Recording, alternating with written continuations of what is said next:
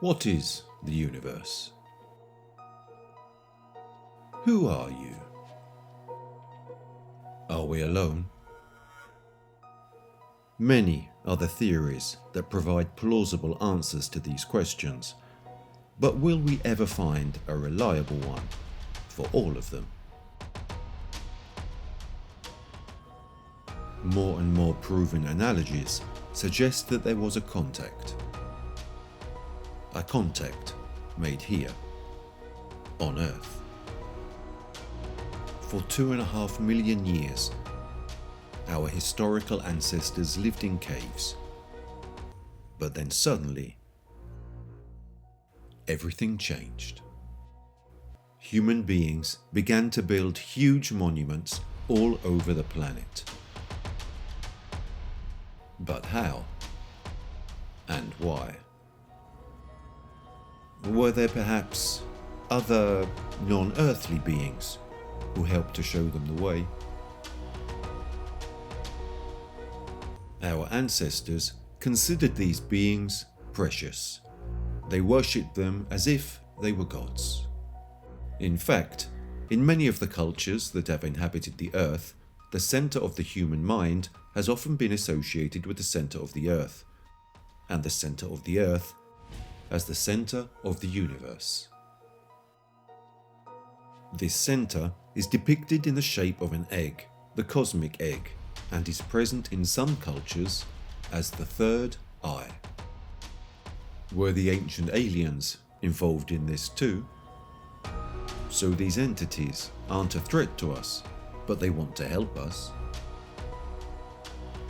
Can ufologists confirm this theory?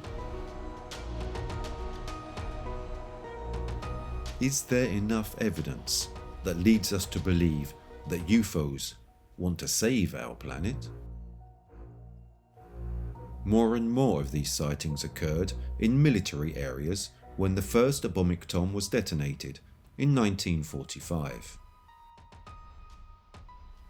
The arrival of nuclear weapons seems to have attracted the attention of these extraterrestrials. But why? Are they afraid that we will destroy what they helped us to build?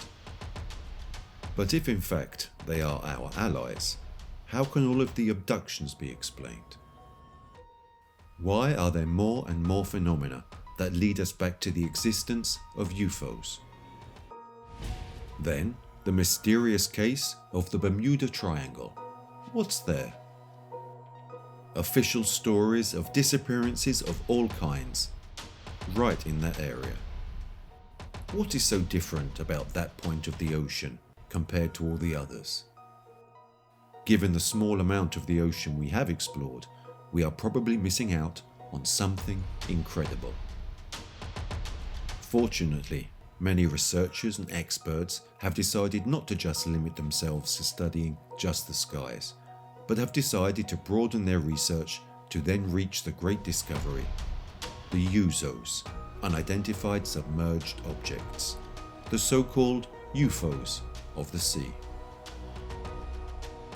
Are we perhaps surrounded?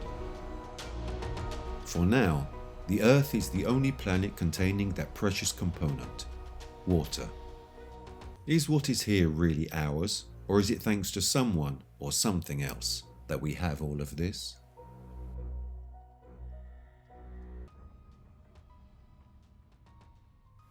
Have we been visited in the distant past by technologically advanced civilizations? Perhaps right at the dawn of our evolution. Astronauts who came to us in antiquity through space travel, landing on the surface of our planet, coming from the stars that fill our skies.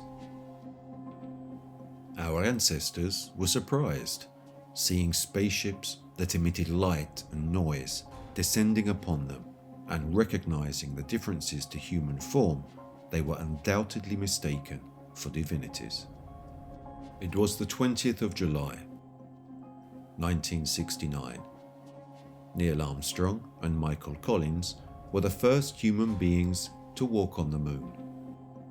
And this is also why our first thought is, if our civilization, which is at a basic level of knowledge, was able to explore a small satellite in space, then is it also possible that a civilization or more civilizations may have visited our planet in the past? In many sacred and ancient texts of the world, the story is always the same. The gods descended from heaven on flaming chariots or aircraft that emitted light. If we take, as an example, an ancient text such as the Bible, in the book of Ezekiel, the prophet meticulously reports an encounter with celestial beings who came down to earth aboard incredible flying machines. Ezekiel speaks precisely of contact with technologically advanced beings. He talks about creatures with 4 heads that emit divine, shining light. He says they appear as human-like beings. The first is seated on a flying throne, where underneath it wings can be seen, that when they beat, emit a sound similar to that of a storm, exactly the same description of a space shuttle taking off, or a departing space missile. Ezekiel speaks of flying devices and describes them as wheels within other wheels. And here, technology is translated into the supernatural.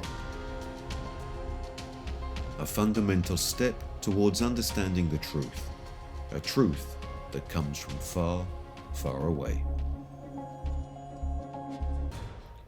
In some caves in Italy, there are drawings depicting astronauts wearing helmets. Also in America, in Utah, we have petroglyphs of strange creatures with antennae on their heads wearing helmets. On the other side of the world, in Australia, we have the exact same drawings of these beings wearing a helmet and with a halo around their head. The question we must ask ourselves is, what did our ancestors see so that they felt compelled to portray it on cave walls? In Guatemala City, there is a sculpture that is eerily reminiscent of a modern-day astronaut. He is wearing a helmet. There is a kind of mouthpiece, and on his chest there are controls and a breathing device. How did they manage to create such a thing more than 1500 years ago? Thousands of tomb artifacts resembling modern-day airplanes have been found in Colombia. They depict wings, a tapering head, and an upward tail fin that does not appear in nature, but it does exist in modern aerodynamics. Did our ancient ancestors see something like this flying across the sky? Another interesting artifact can be seen in a museum in Israel. It portrays a headless spaceman sitting inside a spaceship. You can see his hands and some tubes going towards a device. He is wearing a type of spacesuit and his legs are bent. He seems very aerodynamic. There is something cosmic about him. These people witnessed something, and with simple tools, they left evidence of it. Many of these ancient civilizations were distant in time and space, and were not in communication with each other. Yet, they possess similar accounts, depictions of the very same things. Maybe because everyone had had similar, sinister experiences. Did they all already know that we are part of a cosmic hierarchy of beings? There is legible evidence regarding these extraterrestrial visits, such as that can be found in ancient texts. And there is also visible evidence, such as the numerous rock paintings and stone writings that can be found all over the world. And this is where pictures are worth 1,000 words. All these ancient illustrations or statues portray figures dressed in strange ways, wearing unusual headdresses. But are they really alien astronauts? Visitors from other worlds who landed on the Earth millions of years ago? The most significant illustration for proponents of ancient alien theories can be found in Mexico. The Mayan archaeological site of Palenque had been abandoned for centuries when it was discovered by Spanish scholars. Here were found great pyramids, a secret tomb in the depths of the earth, and a very important sarcophagus. The sarcophagus of the ruler of Palenque.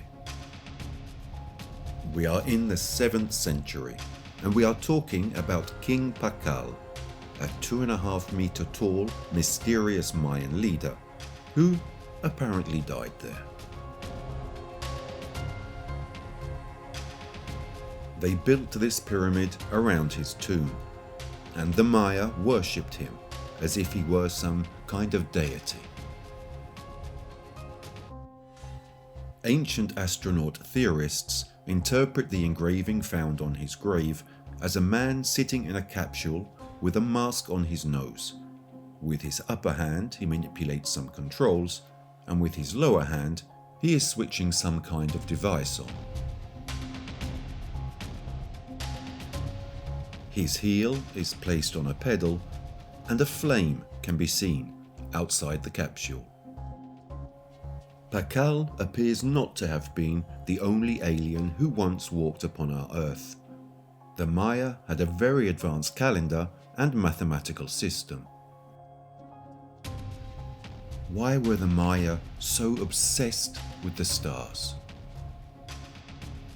Theirs was one of the most advanced ancient cultures. Yet, the Maya disappeared around the year 500, and we know nothing of their end. As if they had vanished into thin air. By now, there is multiple proof of an alien existence. The pyramids are connected to the gods who once came down to Earth. Without a little interplanetary help, how could the early Egyptians have learned to stack the nearly 2.5 million blocks of limestone to create the pyramids?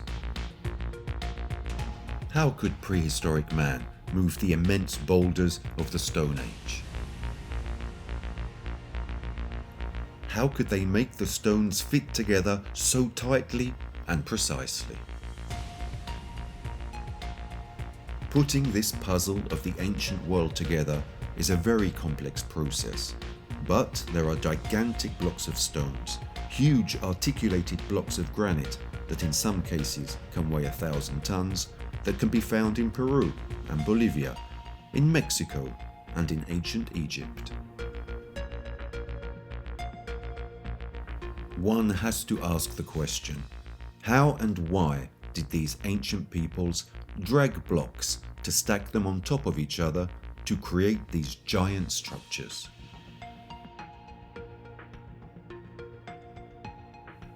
The best known and most mysterious megalithic structure in all the world is the Great Pyramid of Giza. The oldest and largest of the 3 pyramids in Egypt. It is believed that this engineering miracle was built over a period of 22 years, but for ancient alien theorists, these accounts do not add up. It is impossible that the Great Pyramid was built in just 20 years, because if that were the case, it means that they would have had to cut, transport, and place a stone every 9 seconds. Modern engineers say that even today they couldn't perform such a feat in such a short time. How did they build internal spaces so perfect and so clean, surrounded by granite and marble, inside pyramids and tombs? One thing is clear: somebody, somehow, helped our ancient civilizations. In Egypt, there are ancient traditions that say that the Great Pyramid was built by a pharaoh named Saurit. The name Saurit refers to the person known in the Jewish community as Enoch. Enoch is an Old Testament prophet. The books of Enoch are apocryphal texts. So is there a connection between the figure of Enoch and these extraterrestrials? He clearly states that he met them. In the apocryphal scriptures, it is written that Enoch gives the order to erect a building that cannot be destroyed for thousands of years. The ancient Egyptian texts clearly state that the pyramids were built by humans, but with the assistance of the guardians of the sky, that is, of the gods.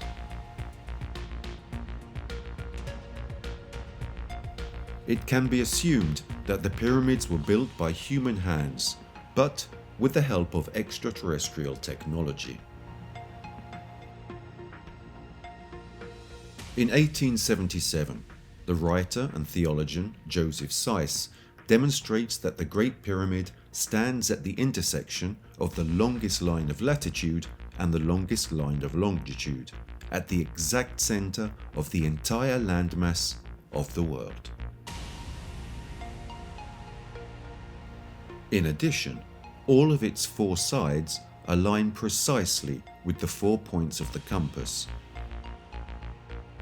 even though the compass was invented thousands of years later. Are all these just coincidences? Has the truth always been in plain view?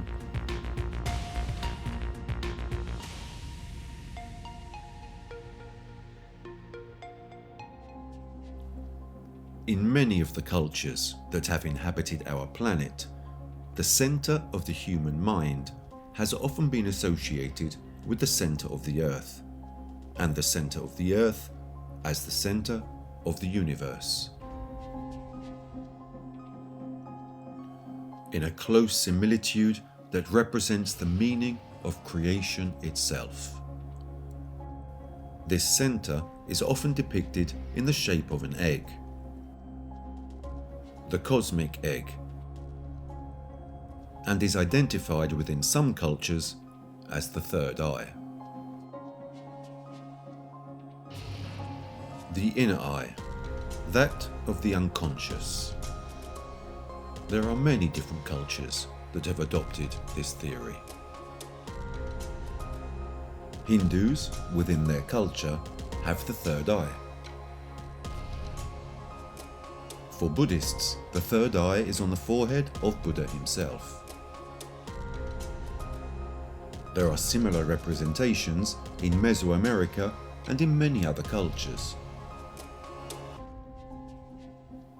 The third eye symbolizes, for many of these cultures, its ability to contact and communicate with the higher spiritual realms, and therefore communicate with the gods, with the higher beings.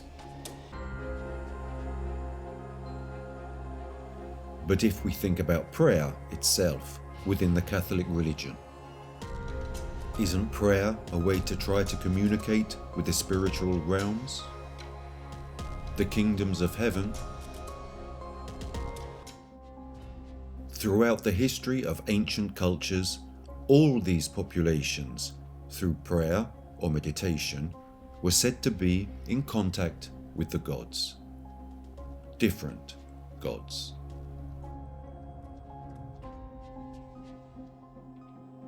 Tesla himself stated that there is a terrestrial field that connects all things.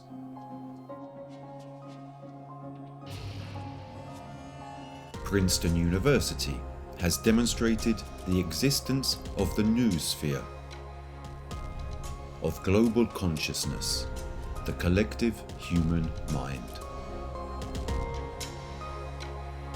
We are all connected to every single object in the universe. When we talk about the third eye, we are talking about higher enlightenment, a possibility or capacity developed over the years through transcendental meditation processes. Being able to get in touch with the spiritual realms of existence. It is a connection with the great unknown, with the force of the universe, with all of us. The cosmic egg leads back to the third eye for the ancients. It is the archetype of the creation of the universe. This image is from the Book of the Dead. The image depicts a southern cosmic egg on the left and a northern cosmic egg on the right, with two women pouring the waters of creation into the egg. Even the ancient Egyptians have depictions of the cosmic egg. They depict life after death, so it is a symbol that is connected to the spiritual realms. How can it be possible to find this symbol in numerous cultures if all of these cultures were spread all over the world? How, if these cultures never made contact with each other? Why has this meaning and that same representation transcended the ages and placed itself at the center of this very meaning?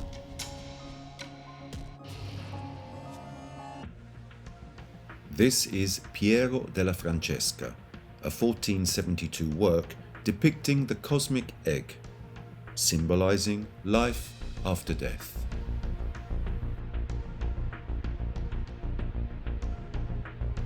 Here we have the cosmic egg depicted in the microcosm within an esoteric representation. Here we have a medieval depiction of a phoenix rising from the cosmic egg. Historians believe that there are also great affinities with the pine cone held by the Anunnaki, the gods of the Sumerian pantheon, because it resembles a cosmic egg. Could this be connected too? Is everything connected? According to the theory, in which an ancient extraterrestrial visit to the planet is suspected, it is believed that the third eye is a metaphor, created to identify a part of our brain that is fundamental for understanding what it means to be human. That is, the thalamus, which has the shape of two eggs. Another simple coincidence?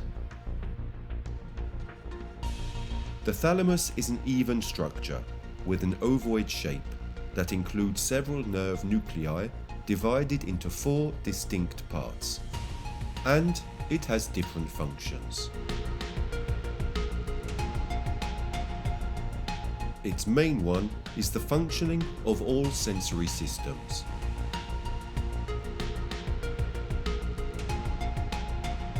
Experts in neurology call it a processing and transmission station.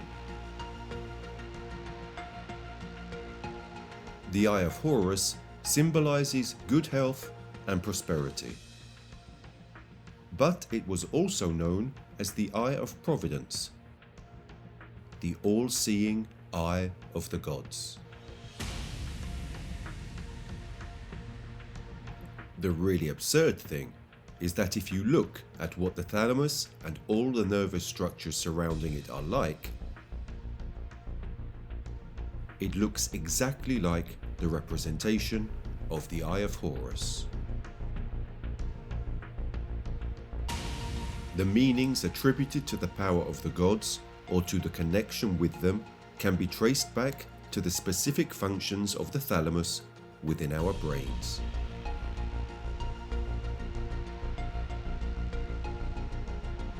This same meaning is often attributed to the pineal gland.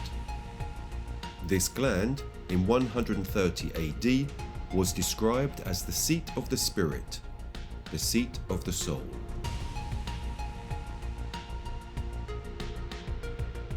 The most interesting aspect of this gland is the fact that it produces DMT, or dimethyltryptamine, a neurotransmitter, also called the molecule of God, which has particular functions related to the connection of the body and the spirit.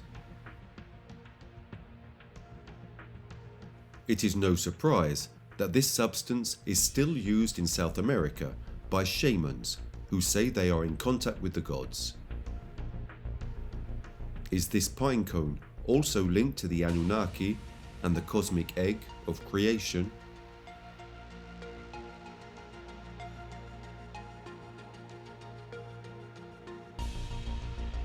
Jung stated that our psyche is constituted in harmony with the structure of the universe, and what happens in the macrocosm equally happens in the infinitesimal and more subjective recesses of the soul.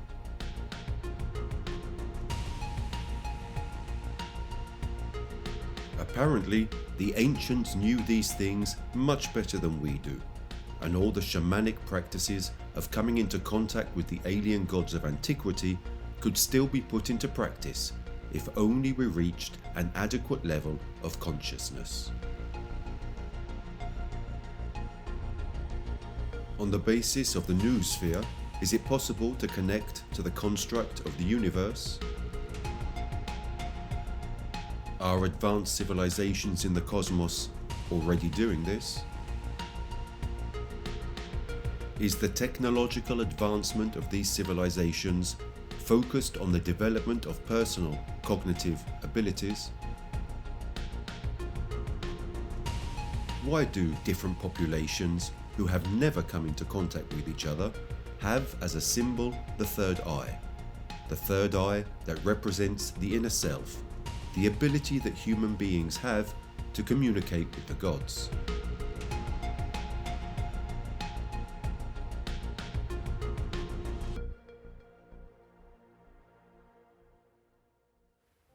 Something changed. Perhaps the awareness of the human being. Maybe a feeling such as arrogance took over.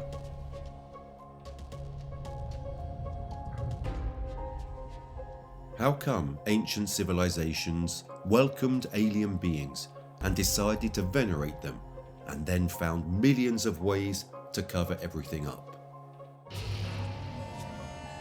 What exactly are they hiding? Who is behind all of this?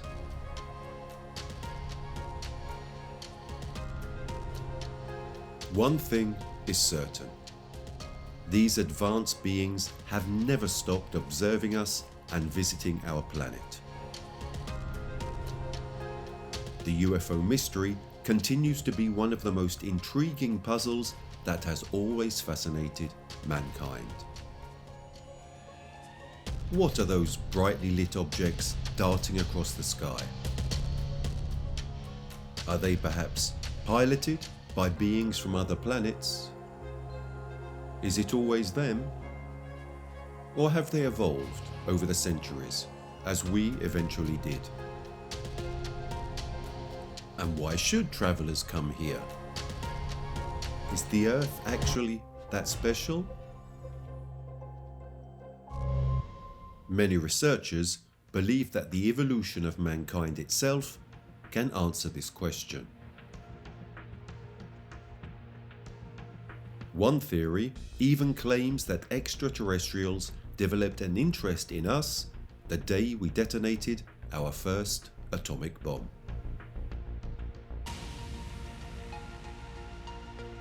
Did visitors from other worlds fear that we could become a threat to the universe? That with our rockets we could have destroyed inhabited worlds? During the two nuclear explosions in 1945, the first flying saucers were officially sighted. In 1947, the pilot Ken Arnold was flying over Washington state. And when he landed, he claimed to have seen 9 silver discs following him. And according to his estimates, they were flying at approximately 2,600 kilometers per hour. He described their movement as that of a saucer skipping along the surface of water, and the reporters were so enthusiastic that one of them coined the phrase flying saucers. But were the flying objects Arnold saw really the first UFOs? During the Second World War, luminous objects were sighted following aerial bombardments as they made their way to their target in Germany. Are there any objects sighted in our skies in the past that suggest what the real mission of the alien visitors is? In November 1896, in California, a ghost ship suddenly appeared over Sacramento. It projected a huge beam of light in front and behind it, and had some strange equipment, like thrusters or wings. The object travelled around the rest of the country during April 1897, and there are numerous descriptions of it. Something similar happens in Minnesota. The object is described as a flying ham with headlights.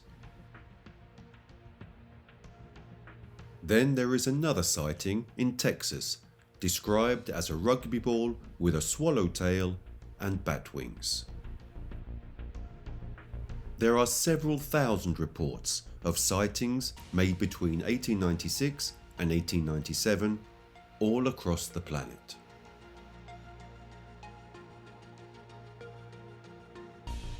There are drawings that are more than 400 years old, and they are documents that change many opinions. They were found in the 16th century. Whoever made these drawings had certainly seen something. They are evidence of sightings even in that century, the difference being that they were considered as divine signs. In August 1566, in Basel, Switzerland, huge black globes floated in the sky, and earlier, in 1561, similar objects were sighted in Nuremberg. If we turn to the 16th and 17th centuries, we enter the golden age of sightings, that we generally call UFOs. John Calvin said that miracles occurred every day. In a depiction of the 1600s, you can see some strange objects in the sky. The Roman historian Livio tells of a flying object that crosses the sky. In Istanbul, there is a strange map made by a 16th century Turkish cartographer. The Piri Reis map was drawn up in 1513, 21 years after the discovery of America. In it, it is to be noted that Antarctica is a continent, but Antarctica was only discovered in the 19th century. And there are mountains that were not discovered until the 20th century. How is that possible? Only somebody who had seen the planet from above, from space, could have made a map depicting the Earth in this way. And it is also strange that the Piri Reis map was created at a time when Western civilization was heading towards great expansion. Were the aliens really starting to take an interest in the course of human evolution? Could their involvement have been vast enough to give us such important advances?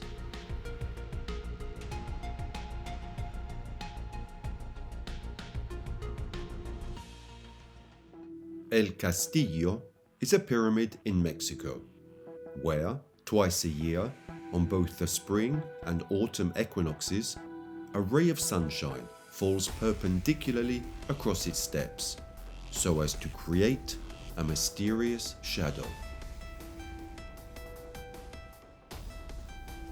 The image of a giant snake crawling along the base of the pyramid attracts the eye. The snake is the representation of Kukulkan, the Mayan god who is said to have created all life forms on Earth. It was he who ordered the building of the pyramid in this way. But why would the serpent god order a structure like this to be built? And why was it built with such precautions as to ensure that the image of the snake appears, as if by magic, twice a year? This pyramid works just like a calendar. It counts exactly 365 days. For a people who did not have a calendar, this was the signal of the beginning of the seasons, therefore of the sowing and the harvest, and it meant life or death. If these monuments were indeed a gift from the gods, then those superior beings were deeply connected to local civilizations. They wanted them to live and thrive. But why around 600 AD did the Mayans abandon their cities and crops and head north? It wasn't for war. It wasn't for epidemics or famine. They set out as if someone had ordered them to.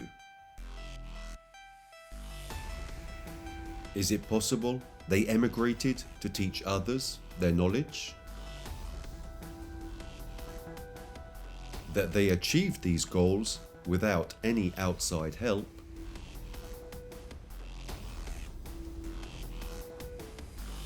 Assuming that extraterrestrials have been visiting the Earth for thousands of years, wouldn't they have left evidence of their existence? Anything other than the stories, the drawings of strange objects in the sky? Many scholars think that this kind of evidence can be found in the Nazca Plain in southern Peru. These traces are probably 2,000 years old, but their resemblance to a modern-day airport is quite striking. The tracks found in Nazca are described as landing strips. So, are they remnants of space traffic? They are figures visible only from above. They probably needed them to indicate their route. If this is true, what will interplanetary travelers have brought here? Or what will they have taken away? More and more interesting theories about UFOs are constantly being revealed. Let's say that beings light years away from us have never really managed to visit us. But maybe inhabitants of some nearby world have. But from which of the neighboring worlds? Is it possible that it is another planet we are unaware of? At one time, people believed that intelligent life forms could exist on nearby planets. In fact, people associated UFOs with Mars or Venus. But today, we know that conditions existing on the other planets in our solar system make the existence of life unlikely.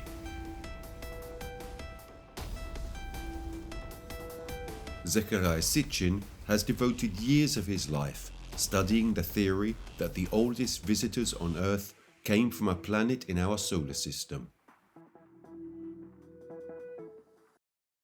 He believes that the answer lies in the Sumerians, whose origins are uncertain.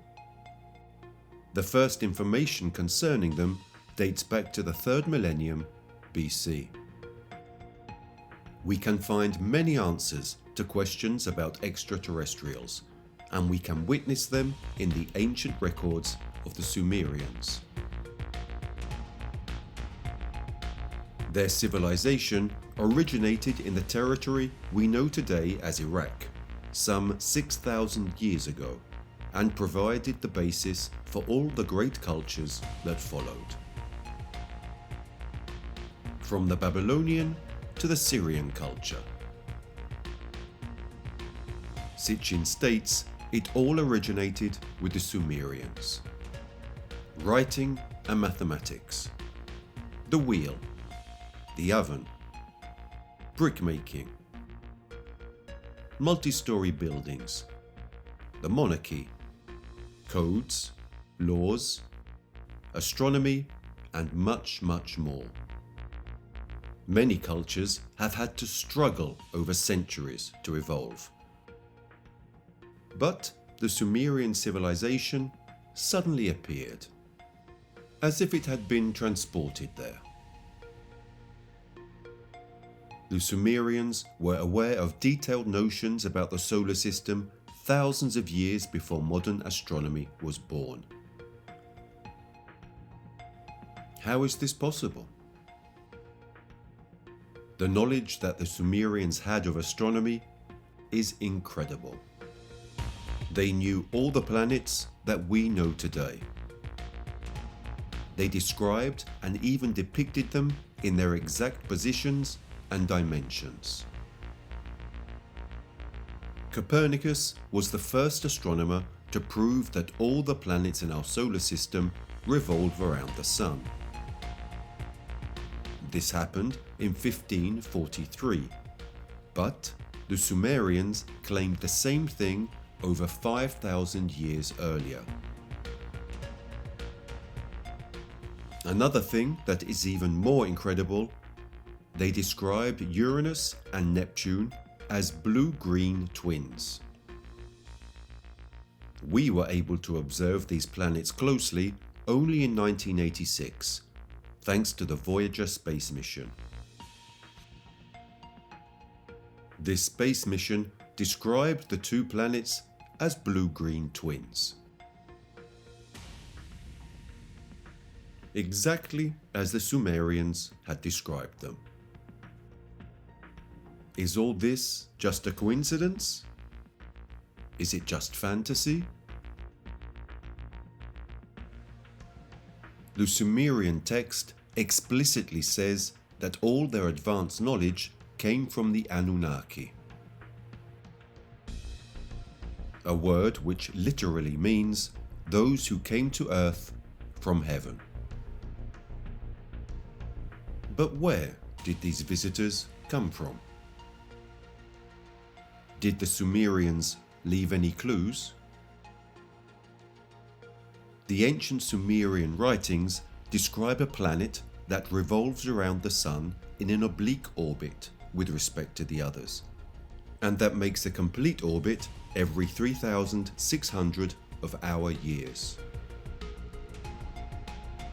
They called this planet Nibiru, and it would seem that the Anunnaki came from this world.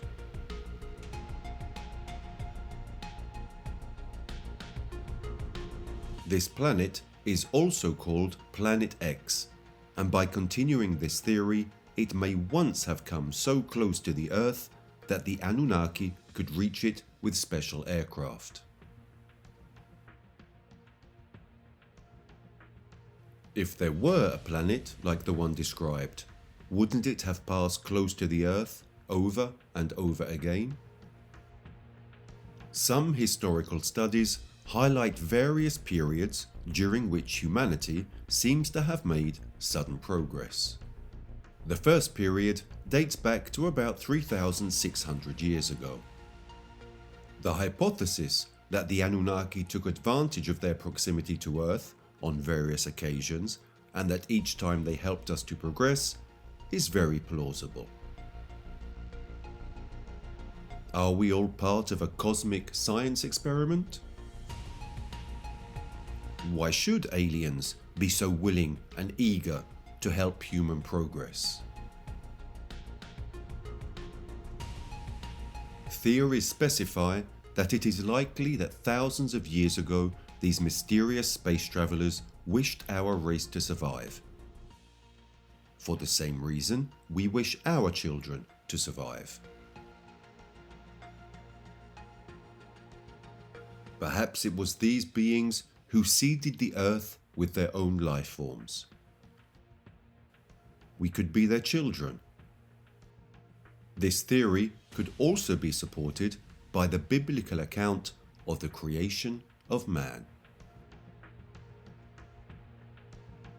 The 6th chapter of Genesis narrates that the descendants took the daughters of man for wives, and then from this union children were born, who over the years became the men of antiquity.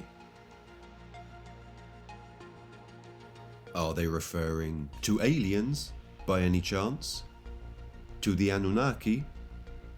Therefore, men from another planet mated with human women and created offspring? We know that only recently, the key that allows us to read our genetic structure, the helical structure of our DNA, was discovered.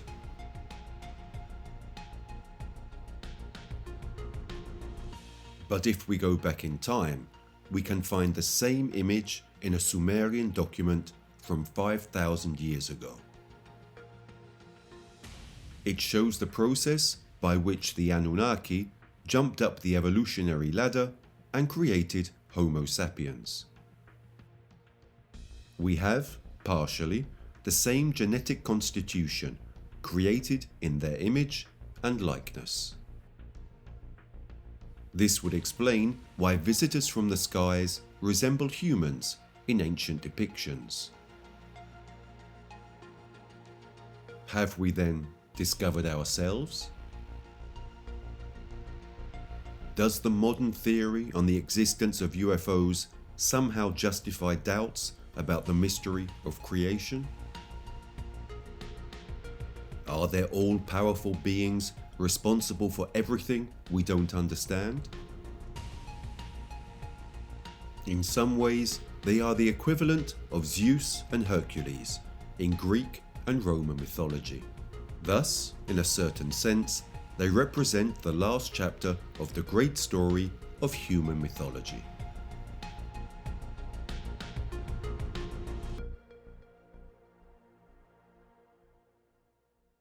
When aliens and mythology are mentioned, another of the most striking theories is that of the legend of Oannes.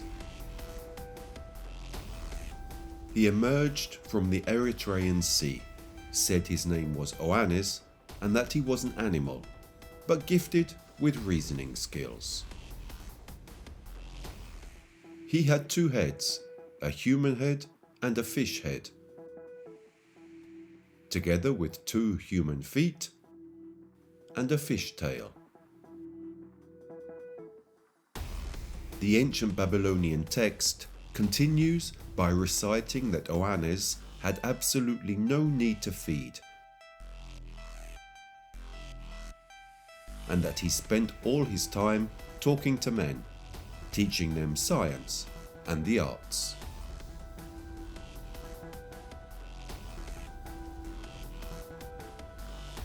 It was in fact from Oannes that men learned writing, learned to understand signs, and planned the construction of a temple. These teachings, together with the principles of geometry, gave a strong boost to evolution. they became the cornerstones of all cultures. The most recent information we have on Oannes tells us that when the sun went down, he dived into the sea and stayed there all night. It also tells us that after him, other similar beings visited the earth. Who were they? Who is Oannes? Better perhaps to say, who are the Oannes? According to the German researcher Ulrich Dopaka, the description of the body covered with fish scales would actually represent a spacesuit. So, is Oannes an extraterrestrial? If this hypothesis turns out to be correct, it could explain some oddities regarding Oannes. His having appeared in Babylon was in fact the first of 10 other Oannes. They appeared not only in the Eritrean Sea, but also in the Persian Gulf and in the Red Sea. Oannes had landed from a glowing egg that had fallen into the sea. It was said that he came from the star Canopus, and because of his relationship with the waters, he was associated with the god Eridu, the lord of the waves. To broaden the scenario even further, it must be remembered that in ancient times, the fish god was known in almost all cultures also as the amphibian god. However, there is also another link from a linguistic point of view. In fact, reading the apocryphal gospel, when Jesus enters Jerusalem, he is acclaimed with the cry, "Oannes, who comes from heaven," later referred to as Hosanna. Was this just a spelling mistake? There are other possible connections. For example, the fact that the symbol of the early Christians was actually a fish that derives from the Greek word iktus, which in turn derives from Vesica Piscis, or the cosmic egg. Many scriptures always return to the same point. Is it all just a coincidence?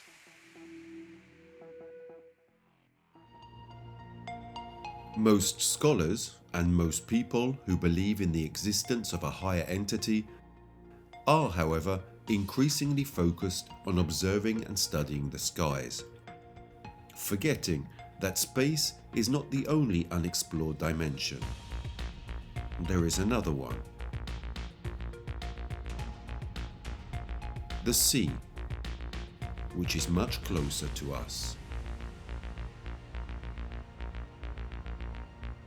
These phenomena that apparently have always been among us are now catalogued as USOs, the UFOs of the sea.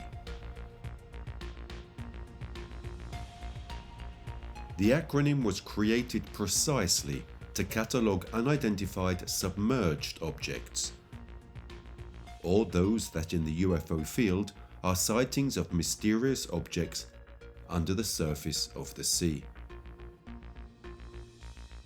These are sightings not attributable to recognized objects, and even if the number of sightings are fewer than those relating to UFOs, it is a topic that deserves more truth. Most of the reports deal with objects that move under the surface of the sea with large dimensions, objects that produce no noise and have no apparent wave motion. Opinions on this subject are mixed. Often these are natural phenomena or military vehicles, but many cases now show the opposite. The United States began to show some interest in USOs as early as the 1960s. Later, on the 29th of August 1964, photographs were circulated showing a spherical object about 2,000 kilometers off the coast of Chile. Reports soon also arrived from Europe. In Italy, in 1978, in the stretch of sea between Bellaria and Cesenatico, a huge fireball rose from the depths and darted towards the sky.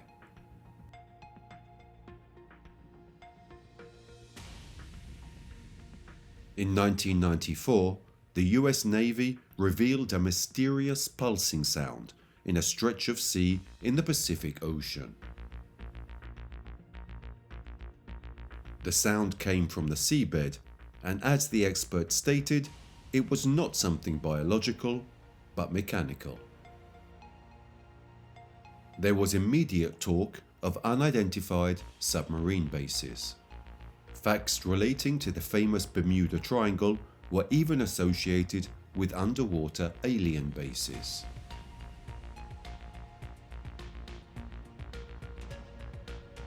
In Canada, in 1967, in a small fishing village which is called Shag, and which even remains off of marine maps, they faced a particular phenomenon. Everything began with the sighting of strange orange lights in the sky. It was claimed that the flashing lights headed out to sea and started floating on the water about half a mile off the coast. Everyone initially thought that it was a plane crash and took care to alert the Canadian police. Meanwhile, the lights were stationed on an unknown object about 60 feet in length. The first men arrived, and they spoke of a yellow light that moved slowly upon the surface of the water, leaving a yellowish trail. No boats and no aircraft were missing from the roll call that evening. The following day, an official communiqué was issued. Something from the sky had hit the water. An object of unknown origin. The incident was quickly closed, with no comments from the official authorities. But why? Yet the American UFO Research Center conducted in-depth research on the case, noting deliberately unspoken details. The object traveled at a speed of 25 nautical miles, in an area of sea close to a survey base. The object was picked up by sonar, and the signal was sent to some nearby ships. After a few days, the authorities made an anonymous recovery attempt, even if no one ever specified what there was to be recovered. In December 1977, the crew of the fishing boat noticed a donut-shaped object that slowly emerged from the water, between 300 and 500 meters long. When it took off, it remained in stationary orbit almost above the boat, putting all its installation systems out of use. Evidence. Chilling testimony years afterwards. More and more people see things, fewer and fewer people are silent.